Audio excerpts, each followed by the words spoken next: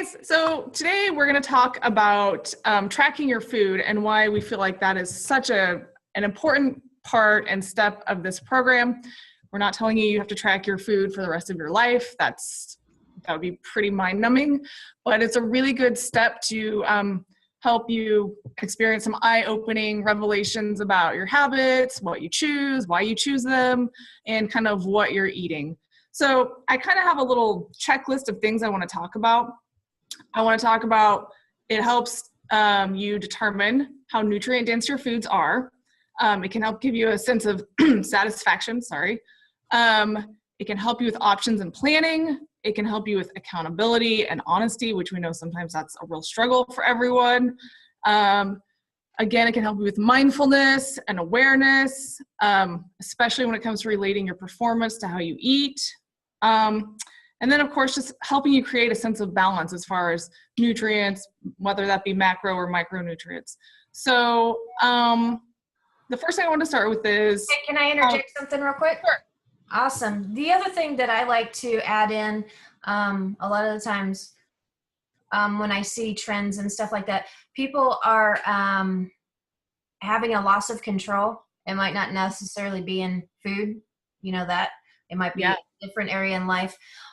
Food tracking every once in a while can be a nice way of sort of taking control too and feeling like it sounds a little counterintuitive, but it does actually like, okay, here is where I can take control. I can make these little changes. I can see it and your ability to, okay, yeah, I can take control now. So for me and the people that I coach, that's a subtlety that actually really empowers them to do some stuff as well.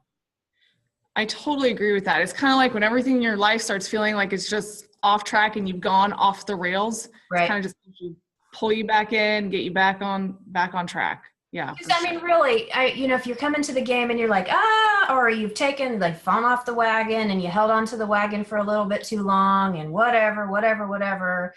Sometimes it's just a nice, okay, just whatever. You're here now. And this is a nice way of just having just a real eye-opening, but the ability to take control and, your other list, the accountability and the mindfulness and all of that stuff. It's very good practice. Yes, definitely, for sure. Okay, perfect. So if we just kind of go back through that list point by point, the nutrient density thing, of course, that's a big one for us. Obviously, we talked a lot about that last week with the foods, but I really like people to be tracking because it gives you not just a picture of, how many fats or proteins or carbs are in this. And if you're old school pen and paper tracking, that is totally fine too. But you might get curious about your food and you might look up, hey, well, how many calories are in this? How many carbs are in this? But I like it because it also makes people think about what kind of nutrients am I getting out of this food? Am I not eating the chocolate truffles because they're full of bad calories, fats, and carbs that I don't want? Or am I not eating the chocolate truffles because it's lacking the things that I want and I need? Right. So it kind of just creates an awareness there about like, what am I eating this food for? What is it doing for me? Right. Absolutely. One thing that I do like, we are kind of both of us not so big on getting wrapped around the axle about macros, but and I'm not a proponent of all the time food tracking either. I like a more intuitive approach, but having an honest conversation with yourself, especially if you're training a lot or you're older or whatever, your ability to withstand some of the things we're not doing right are a lot less. And so getting a real good honest look at how much protein/fat you're getting, because I can't tell you how many times that I've worked with somebody, I'm getting enough protein, and either they don't understand what enough protein is, and obviously I come from the camp that protein's important, but almost 9 times out of 10, the people that I work with aren't getting nearly close to the amount of protein, and so it's kind of an eye-opening, oh, wow, right? Yeah. Yes. So, it's good. Yes, exactly. It kind of makes you go, oh, okay, this is what I need. This is what I don't need. This is what's going on. Or you're getting too much sodium, or you're not getting enough sodium, or just all kinds of stuff that, oh, okay, cool. This is where I'm at. I'm going to tell Rachel, and she's going to tell me blah, blah, blah, blah, blah. Done. Great. There you go. Perfect. Exactly. Okay. Yep. So point number 2, and this one's real short, real brief, but I really like when people start tracking because they get this sense of satisfaction. In a way, they're like, oh, I ate like this today. I'm so proud of myself. Or I didn't choose this today. I'm so proud of myself. It's kind of like you were a big kid today. you were independent. You did what you should or what you wanted to do or what you planned to do. And it also makes people a little bolder, I think, sometimes too. Like, I'm going to try that hemp chia seed protein ball thing, whatever. So. Good. Yep. Wait, we already talked about way of taking control, providing accountability. Rachel and I have been talking about this, as coaches in the background of how we help you guys learn how to be more accountable to yourself. It's a skill, and it's probably one of the biggest reasons why we don't experience success long-term within the nutrition eating world is because we don't hold ourselves accountable. We don't get the results that we want. And then we go do, some crazy whole food diet thingy, whatever, and do some of this yo-yo activity. And we never really learn how to hold ourselves accountable and then experience the changes that we want long-term. And so, tracking your food, if you do it honestly. Yes. Yeah. And that is the key thing. You have to be real honest. Yeah. Right. It's a beautiful way to learn how to hold yourself accountable, and then, maybe even accountable the whole week, not just the weekdays, but the weekend too. Yeah. Cause that can definitely be a weakness for a lot of people. You're structured Monday through Friday because you're in a routine. Saturday, Sunday, come apart. So yes, for sure. That kind of accountability to help continue at least some structure throughout your day. And then something else, like I have at least one particular relative I can think of off the top of my head who has a host of health problems. And when you ask how that person eats, they say, I don't eat that bad. But they're not honest and they're not accountable. And then when you say, what's that bad? And their breakdown is, I had a donut for breakfast.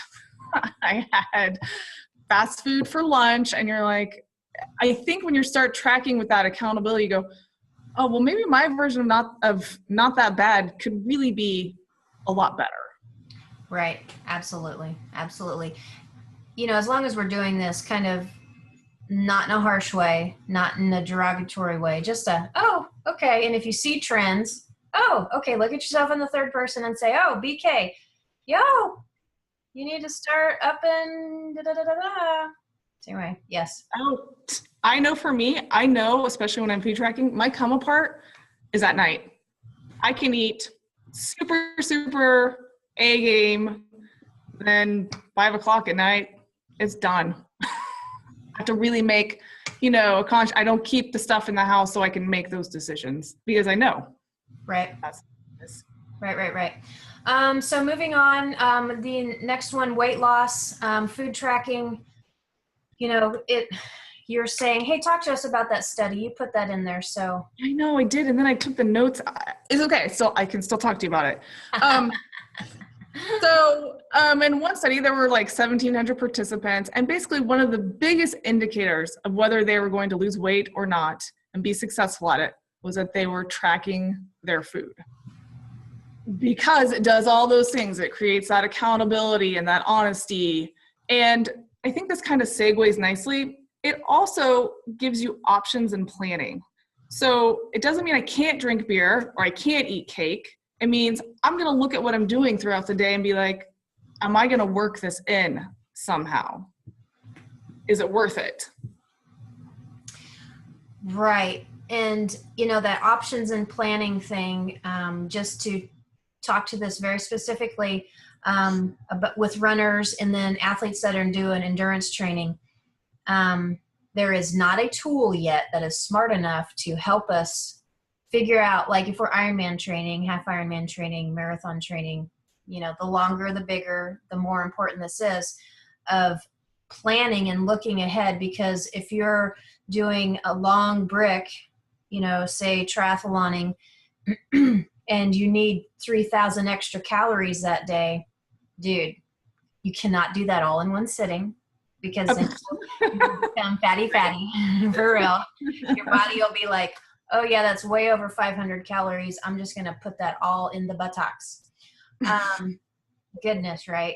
So the planning idea of planning ahead or behind, however you do it, just because if you want to do this outrageous stuff, this BA stuff, you've got to do some of the supporting work underneath that. And it is food planning. And what I tell my people is you don't have to track your food all the time, but if you track your food and learn the lessons at the same time, then the lessons stay and you generally have a feel for how you do this. Exactly. Exactly. It's about just figuring out a way to make it work long-term by getting some valuable lessons in the short term. Totally. And you're right. Like, you can't do all this BA stuff without doing all the support work around it, planning before, after, whatever. So true. So while you're doing all of this stuff, you're going to develop this thing called mindfulness and awareness. And say a little bit more about that, Rachel, because I know that this is a big thing that you love. Well, and I think I love it just because of my own personal experience. I'm one of 9 children. And so growing up in a house with 9 kids, you learn real quick, you don't eat when you're hungry, you eat when there's food. And if you think you're going to go back and get leftovers, no, you're not. So I grew up, I was a fearful eater. I would just eat all the time because you just have to get it when you can. And then I had this epiphany one day as an adult, and I was, doing some food tracking and just trying to be really honest and open and accountable with myself. And I was like, oh, I'm an adult. Like, I can go to the store and buy food whenever I want. Like, holy crap. Like, I don't have to shovel all this in right now in this moment. Like, and I just love for people to have those moments. And maybe your moment is not that. Maybe it's, okay, I really eat when I'm emotionally upset, or, just anything like that. And I know as a yoga instructor, you probably have a lot to say about this.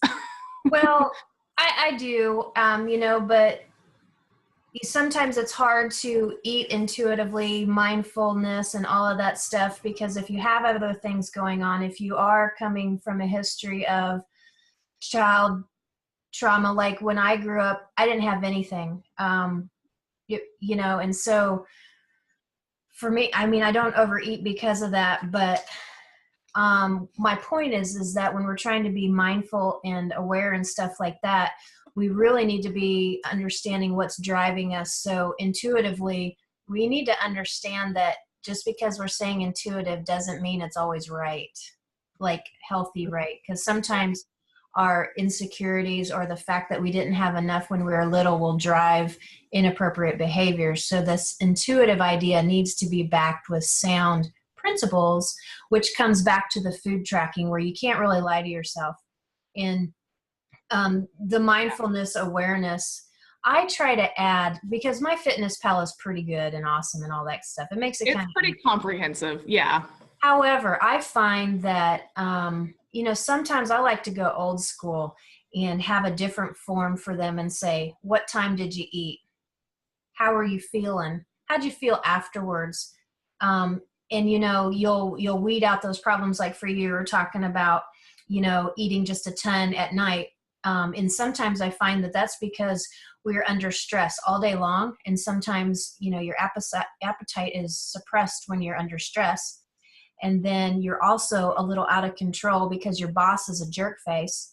And then so when you get home, not only does your appetite rear up because you're in letdown mode, but also you're trying to regain a little bit of control because your jerk face boss isn't there anymore. And you're like, I'm going to eat that cookie because I can. Not because you want the cookie, it's because you're trying to regain a little bit of control. And if we're aware of that, then we're like, okay, not having cookies is not deprivation because cookies kills. Okay, not having an apple is deprivation because apples save lives. That's the epiphany for me. Oh, I could not love that more. No, yeah. For reals. Like, for okay, real, not giving your kids cookies is not deprivation, people. Yeah, you are not missing anything. I know, but we feel deprived. You're like, oh, I didn't eat that donut that was sitting out. I'll never have another donut again. Like, Uh-huh.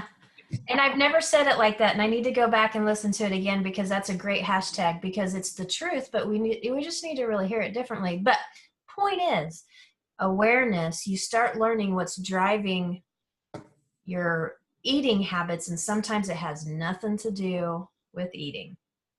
so true. Oh yeah. Okay. Performance, dude, this one's awesome. Talk to us about performance and eating. Well, so I love this one because obviously this is what we are all about, right? So you know that when you eat certain things, you perform better or you perform worse. And if you are tracking this, you start noticing a conscious pattern of, maybe I shouldn't do this before I do X, Y, and Z, or this was great. I had this the night before. I felt awesome. And maybe it's not enough to matter or make a difference, but if you're tracking, you can start looking for patterns and seeing things that help and affect you. You know, some people do really awful with high fiber before races, and some people do absolutely okay with high fiber foods. It really sort of depends. And if you're tracking and documenting and knowing what's going on, then you can take a look at that and say, okay, this totally worked for me. I'm going to do this. I know what I ate before my last marathon. I'm like, I'm probably going to do that again. It went well. Even if it didn't actually work, that placebo psychological piece of it does something for you. Right. Absolutely. And when it gets longer, like long, ultra long triathlon stuff, dude, I can't tell you how many times a week I ask them in their comments, dude, what'd you eat? How'd you feel? What'd you eat? How'd you feel? I'll just all over and over and over and over and over again, because it's so important. How you recover after a long workout. If you're eating right and you're doing things, sort of decently, and this sounds ludicrous, but for Ironman training, for me, if I'm eating right and my nutritional status is fine, I feel froggy all the time. And it's because I've figured out, okay, I do this, I need to recover like this. And the way I did it was I was writing stuff down, and I was finally figuring it out. And I don't need to do it anymore, because I find what works for me. And that's where this kind of individual, everybody's different, is something you have to do. But again, if you want to be BA and not sick and not injured, you have to do this stuff. Yep, that is absolutely the truth. And if you want to do this for the long term, this is something you want to do for the next 10, 20, 30, however many years. Yep. Okay. And so the last thing I had on here was just about balancing, just creating more of a balanced diet. But we really talked about that earlier when we talked about, are you not eating enough protein? Are you eating too much protein? Like, just sort of you getting a feel for, okay, am I getting what I need? Absolutely. And it's another, we didn't really talk about this, but it's another way to create good questions that you can ask Rachel or myself. So you educate yourself a little bit, and then you come to us with smart questions. We give you better answers, more for you. And then you find that everything just is so much more cohesive and works better. And you're really surprised at, you're not feeling overtrained, because this is one of my pet peeves. Oh, it's just overtraining, rest. And I'm like, well, maybe not. Maybe, we're not overtraining. Maybe we're under eating, or under eating the wrong things, right? Right. Maybe you're undernourished, for sure. Absolutely. So, it's just such a wonderful thing to do to, have a better relationship with someone that you're getting some nutrition help with. If you're, logging, like if someone asks me, hey, after my long run, I felt da-da-da-da-da. And I'm like, well, what da-da-da-da-da-da-da? And if they can't tell me, what am I going to tell them? Well, exactly. Yeah. Knowledge is power. Okay. Yeah. Rachel, tell us about ways to track food. Oh my gosh, there's so many amazing, awesome ways now with all the technology we have. Okay, so some of you guys got journals and are doing it old school pen and paper. Great, that's totally fine. We like that. MyFitnessPal, we talked about, it's very comprehensive. there's a couple other ones. You know what's funny is I lost my list, but that's okay because there's MyFitnessPal, there's Lose It. So that's for the Apple iPhone. I like that one because people can get a whole week breakdown emailed to them. Get out. Yeah, so that's pretty cool. I like that. Huh. There's another one that I really like called Macro Stacks, and I like it for the psychology of it because it has you counting up. Your goal is to hit all those macros, whereas MyFitnessPal can kind of feel a little bit like a punishment. Yeah. If you're looking at calories and you go over and then you feel like, the Macro Stacks app is, you know, giving you like, once you hit everything, you get the green light, but it has a fee. So, you know, take it or leave it. Chronometer. I really like that one too. The Chronometer one I like. It's very comprehensive, probably comparable to MyFitnessPal. I don't know if it's Chronometer or Chronometer now that I say that. Chrono. How does Lose It fit with the comprehensiveness of MyFitnessPal? So I have never personally used Lose It because I have an Android phone, but I have former clients that have used it, and it seems to have a big database. So no one's ever said, oh, I can't find this, I can't log that. So I think it's pretty comprehensive. Chronometer I like because it also does micronutrients. So you get to see your vitamin A, your vitamin C, your iron, your calcium, your magnesium. Like it takes all of that into consideration. So really, and there's like seriously 100 other options. It's just whatever you will do on a day-to-day basis. The other one that you wrote down was YouFood. Was that something that you want to talk about? Yeah, I actually like that one. This is for the people that are more like foodie people and they are very visual. You just take a picture of your food and it journals your food in a diary through pictures, which is pretty cool. And then you can look at other people's food and see what they've eaten and get ideas, and it's got recipes. But it's so nice because it's just so visual and it's just a click of a button. Now, you're not going to get all the little details, but you can go back and be like, look how much green I had today. Look, everything I ate was brown today. Like, you know, it gives you that kind of a feel. So, yeah. Okay, perfect. All right, so that was Coach Rachel and myself chatting about logging your food. Again, maybe 3 days of it. It's a nice eye-opener. You don't have to, we like you to learn lessons from it, not do it all the time. Because I don't view it as very sustainable activity. I'd rather be doing shenanigans than logging my food down. How nutrient dense it is, if you're getting your protein, fats, and all that good stuff, accountability, control, weight loss, planning, honesty, awareness. What else, Rachel, you want to say? Oh, gosh, I think you've covered it all and just ultimately relating to how it helps you perform. I do want to say one more thing. We haven't said this enough. What you eat matters. Amen. Okay. Have a good week, people. Ciao.